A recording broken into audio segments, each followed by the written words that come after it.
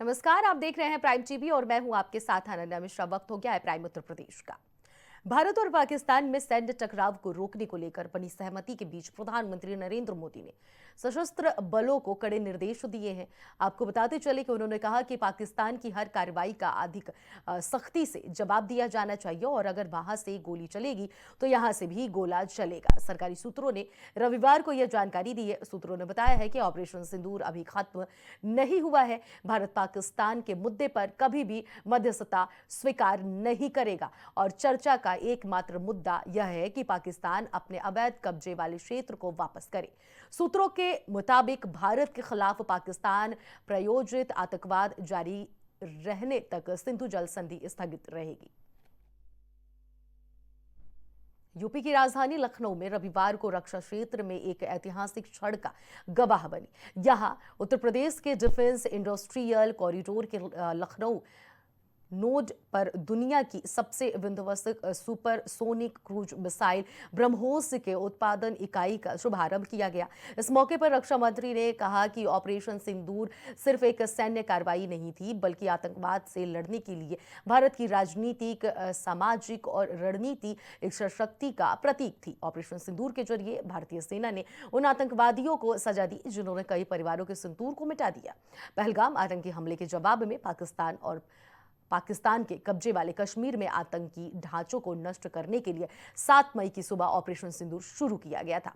पाकिस्तानी हमलों के बाद भी सभी जवाबी कार्रवाई ऑपरेशन सिंदूर के तहत दी गई है। मुख्यमंत्री योगी आदित्यनाथ ने रविवार को गोरखपुर में योग गुरु परमहंस योगानंद की जन्मस्थली पर बनने वाले स्मृति भवन का भूमि पूजन कर शिलान्यास भी किया है। कोतवाली थाना क्षेत्र के निकट बनने वाले इस स्मृति भवन पर करीब 27.68 करोड़ रुपए खर्च होंगे। इस मौके पर सीएम योगी ने कहा कि सुरक्षा का माहौल ही विकास और समृद्धि की बुनियादी है। अगर प्रदेश में कानून व्यवस्था मजबूत नहीं होती तो कोई भी राज्य तरक्की नहीं कर सकता। विकास सार्थक तभी है जब सुरक्षा है। सुरक्षा के बगैर समृद्धि भी बहुत दिनों तक नहीं रहती है। सुरक्षा के बगैर विकास भी बाधित हो जाता है। 17 के पहले विकास इसलिए नहीं हो पाता था क्योंकि सुरक्षा की व्यवस्था नहीं थी। सरकार के पैरेलल माफिया गैंग खड़े थे, भ्रष्टाचारी खड़े थे। कोई योजना आती थी, हड़प जाते थे। किसी गरीब की जमीन पर, किसी व्यापारी की जमीन पर, किसी भी सज्जन की जमीन पर जबरदस्ती कब्जा कर लेते थे। लेकिन आज कोई कब्जा नहीं कर सकता। आज कब्जा करेगा तो उसका मालूम है कि फिर लेने के देने पड़ जाएंगे। और यह भी तय है कि बेटी को कोई छेड़ेगा और व्यापारी को कोई छेड़ेगा तो फिर यमराज के घर का रास्ता भी उसका खुल जाएगा।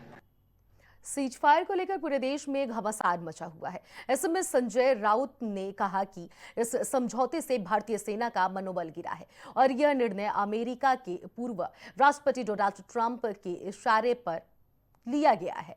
राउत ने यह भी कहा है कि जब तक पहलगाम आतंकी हमले में शामिल आतंकियों का खात्मा नहीं होता है तब तक ऑपरेशन सिंदूर अधूरा है।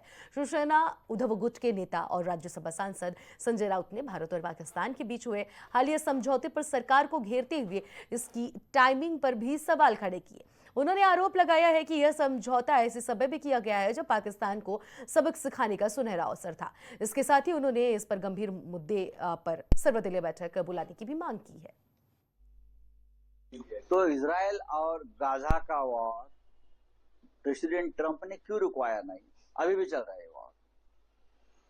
प्रेसिडेंट ट्रंप भारत को ऊपर दबाव डालकर पाकिस्तान के साथ हमारा जो संघर्ष चल रहा है वो रुकवाता है।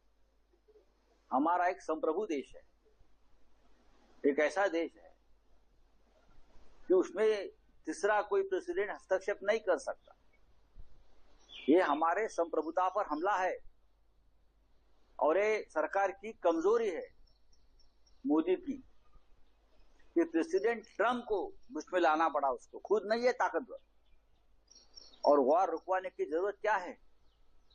हमारे 26 माताओं का, बहनों का सिंदूर वो लोगों ने नष्ट कर दिया, खत्म कर दिया। इसलिए तो आपने ऑपरेशन सिंदूर किया ना, आपने सिंदूर का अपमान किया, आपने हिंदू संस्कृति का अपमान किया। कौन सा बदला लिया आपने, मुझे बताइए। वो 6 आतंकवादी आज भी इस देश के भूमि पर छुपे हैं। भारत पाकिस्तान के बीच सीज फायर के बाद सेना ने ऑपरेशन सिंदूर को लेकर बड़ी जानकारी दी है। डीजीएमओ लेफ्टिनेंट जनरल राजीव घाई ने कहा कि ऑपरेशन सिंदूर आतंकियों और ऑक आतंकी ढांचों को खत्म करने के लिए चलाया गया। डीजीएमओ ने बताया कि आतंकियों के ठिकानों पर सटीक निशाना बनाया गया। 9 आतंकियों के ठिकाने पर हमने हमले करवाए। सेना ने आतंकी कैंप उड़ाने का सबूत भी दिखाया। सेना ने बताया कि 9 आतंकी ठिकानों पर किए गए हमलों में 100 से अधिक आतंकवादी मारे गए, जिनमें यूसुफ अजहर, अब्दुल मलिक, रऊफ और मुदासिर अहमद जैसे खूंखार आतंकी शामिल थे, जो IC 814 के अपहरण और पुलवामा आतंकी हमले में शामिल थे।